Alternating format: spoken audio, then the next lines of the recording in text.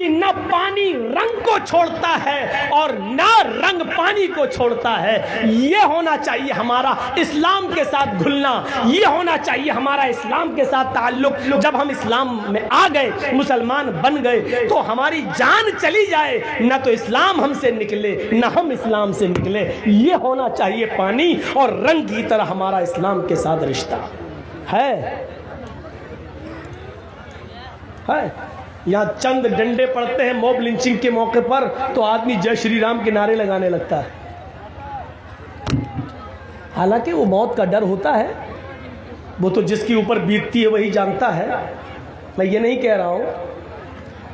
لیکن ہمارا تعلق اسلام کے ساتھ یہ ہونا چاہیے کہ ایسے ہم اسلام میں گھل جائیں اور اسلام ہم میں ایسے گھل جائے کہ ہم کو اسلام سے دور کیا جائے یا اسلام کو ہم سے دور کیا جائے تو نہ ہو.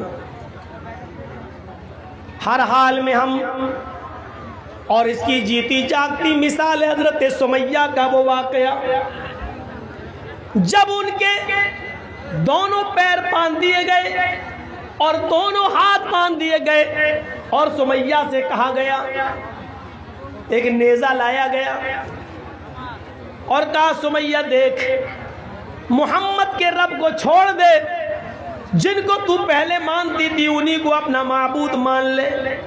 تو سمیہ نے کیا کہا, ہاشا و کلا, ہرگز نہیں.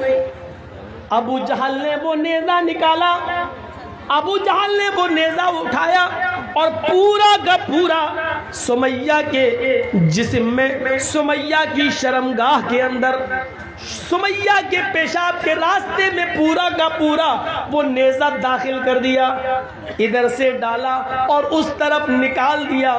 سمیہ کے ہاتھ پیچھے سے بندھے تھے, وہ بوڑھی عورت تھی, آسمان پر نظریں ڈالتی ہے. اس موقع پر بھی اس کی زبان سے یہ نہیں نکلا اے اللہ تو میری مدد کر یا مجھے بچا لے.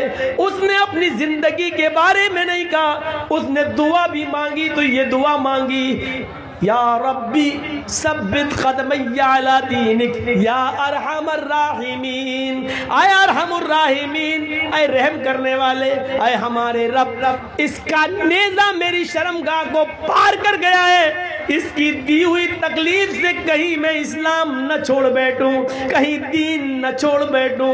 اے اللہ مجھے میرے دین پر جمع دینا, مجھے میرے دین پر ثابت رکھنا.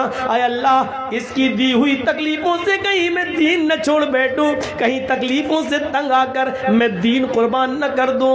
اس موقع پر بھی وہ اپنے دین کی سلامتی مانگ رہی ہے. یہ ہے اسلام میں رنگنا. سمیہ کو ستایا گیا لیکن سمیہ اسلام نہیں چھوڑ رہی ہے, اسلام سمیہ کو نہیں چھوڑ رہا ہے. یہ زندگی ہونی چاہیے ہماری اسلام لانے کے بعد اور اسلام کے ساتھ. لاکھ دنیا کوشش کرے. ابھی جا رہے ہیں نا تقریر کے بعد, کل شادی ہوگی ہمارے بچے کی, ہم 3 لاکھ روپے مانگیں گے. اس تقریر کا اثر کل پتہ چل جائے گا کتنا اسلام ہمارے اندر آیا ہے.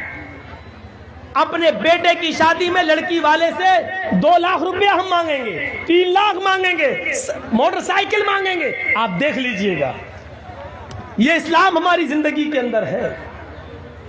یہ اسلام, سمیہ کا اسلام دیکھو. اور اس کے بعد 2 اونٹ منگائے گئے, ایک اونٹ کا چہرہ پورب کی طرف کر دیا گیا, دوسرے اونٹ کا چہرہ پشچم کی طرف کر دیا گیا. یہ پیر سمیہ کا اس اونٹ سے باندھ دیا گیا اور دوسرا پیر سمیہ کا دوسرے اونٹ سے باندھ دیا گیا. ایک اونٹ کا چہرہ پورب کی طرف, ایک کا پشچم کی طرف. سمیہ کے دونوں پیر بندھے, ہاتھ تو پیچھے سے پہلے ہی بندھے ہوئے تھے. ابو جہل نے کوڑا اٹھایا, اے سمیہ ابھی ان اونٹوں کو بھگاؤں گا اور تو چیر دی جائے گی. تیرے پیر ایک ادھر ایک ادھر چیر دیا جائے گا اور بیچ سے تیرے 2 ٹکڑے کر دیے جائیں گے. اب بھی تو محمد کا دین چھوڑ دے, اب بھی تو اسلام چھوڑ دے. سمیہ نظریں آسمان پہ ڈال کے کہتی ہے اے ابو جہل مجھے پاگل سمجھ رکھا ہے کیا؟ اسلام میں کیسے گھل گئی تھی، یہ دیکھیے منظر، اسلام میں کیسے گھلی ہوئی تھی وہ. کہتی ہے اے سمیہ،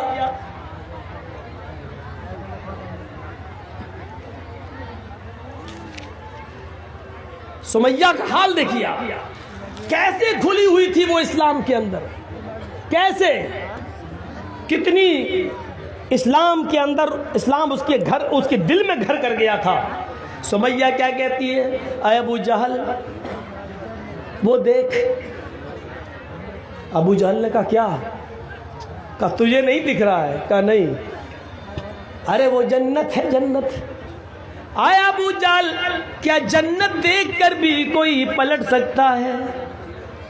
اے ابو جہل جو جنت میں دیکھ رہی ہوں اور جس جنت کی خوشبو میری ناک تک آ رہی ہے اس کو تو محسوس نہیں کر رہا ہے، وہ تیری ناک تک نہیں آ رہی ہے.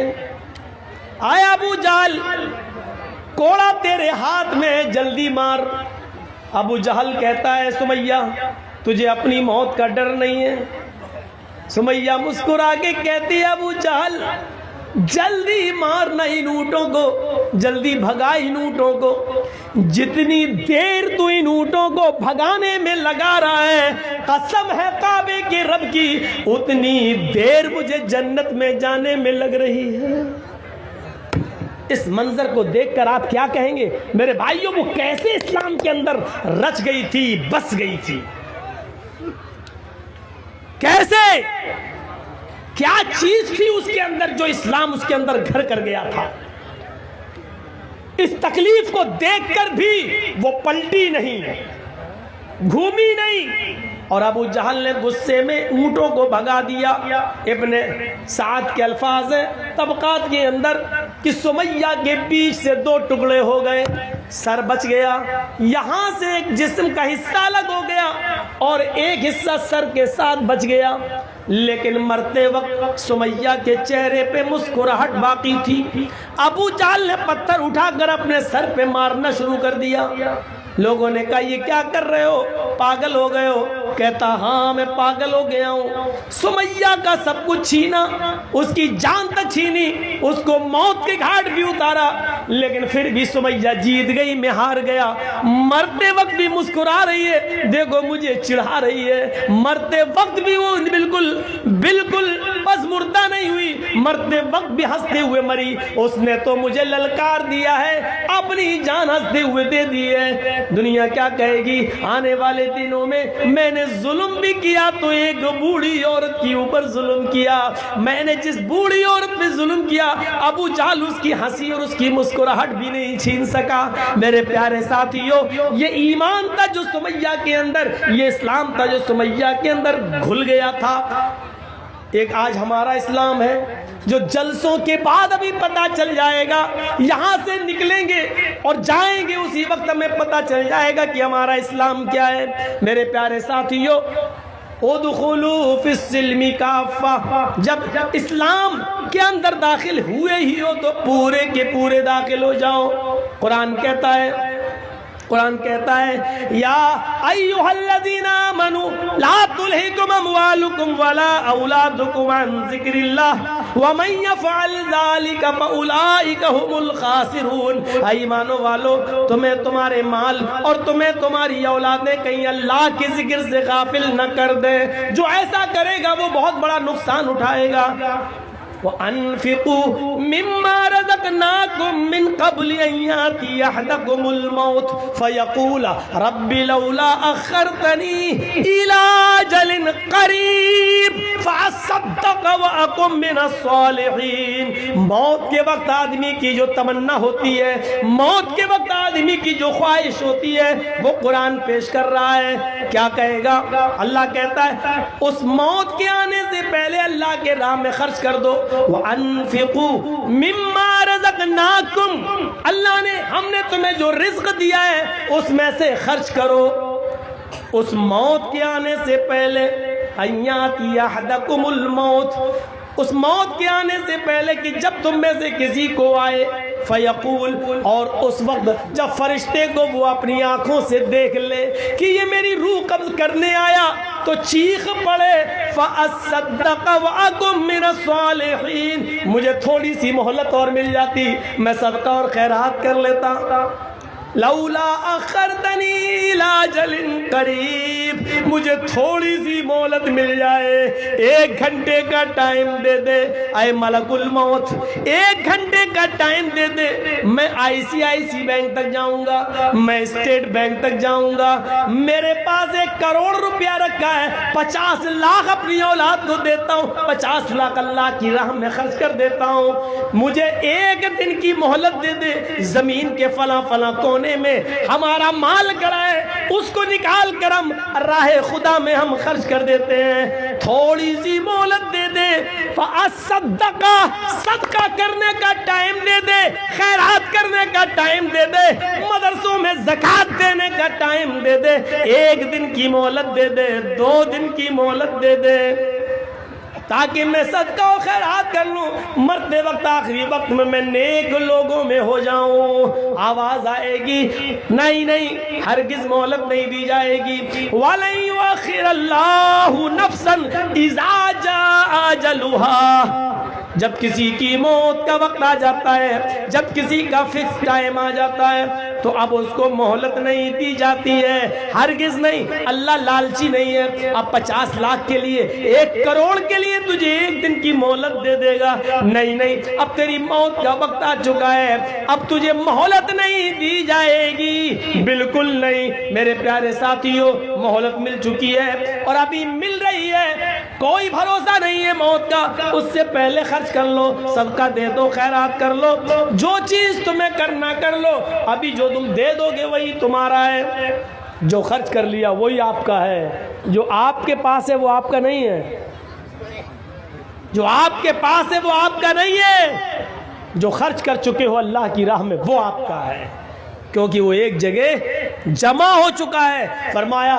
جناب محمد رسول اللہ صلی اللہ علیہ وسلم نے، بادروا بالاعمال سبعا هل تنتظرون الا فقرا منسیا او غنى مدغیا او مرضا مفسدا او حرما مفندا او موتا مجہزا، 7 چیزوں کے آنے سے پہلے نیک اعمال میں جلدی کرو، 7 چیزوں کے ظاہر ہونے سے پہلے نیک اعمال میں جلدی کرو۔ اگر تم غریب ہو تو امیر بننے سے پہلے نیک اعمال کرو۔ هل تنتظرون الا فقرا منسیا، کیا تم اگر تم امیر ہو، اگر تم دولت مند ہو تو ایسی فقیری کا انتظار مت کرو جو تمہیں الا فقرا منسیا، هل تنتظرون الا فقرا منسیا، کیا تم ایسی فقیری کا انتظار کر رہے ہو جو تمہیں سب کچھ بھلا دے؟ پیسہ ہے، دولت ہے، ابھی آپ سردیوں میں گرم کپڑے لے سکتے ہو، گیزر لا سکتے ہو، گرم پانی سے نہا سکتے ہو، گرم کپڑے لا کر فجر میں جا سکتے ہو، ابھی پیسہ ہے تمہارے پاس، کیا تم غریبی کا انتظار کر رہے ہو؟ جب سب چھن جائے گا تب جاؤ گے نیک عمل کرنے، جب کچھ نہیں رہے گا تب جاؤ گے؟ تو غریب ہونے سے پہلے نیک اعمال کر لو۔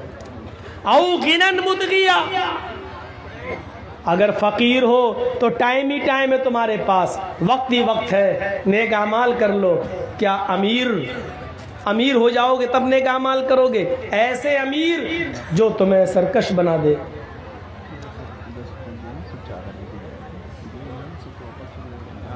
آپ کے اوپر پیدا ہیں تو جو کہتے ہیں اسی مخلص میں ہو نہیں پایا ہے، وہ کہتے ہیں فجر میں ہوگا ہی نہیں، فجر تو بند ہے، اس لیے مسئلہ ہو گیا، سب چل جائیں گے۔ تو کیا کریں؟ خاص کر کے گاؤں کے جو ہیں، کیا کریں مطلب؟ نہیں سے بولے جو خدا ہیں جو کہتے ہیں ہم دیکھتے ہیں سارے، اور یہاں کچھ لوگ ہیں ان کو بولتے ہیں خاص کر سے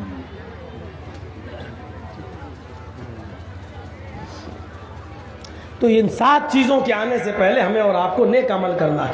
اگر امیر ہو تو غریبی سے پہلے، غریب ہو تو امیری سے پہلے۔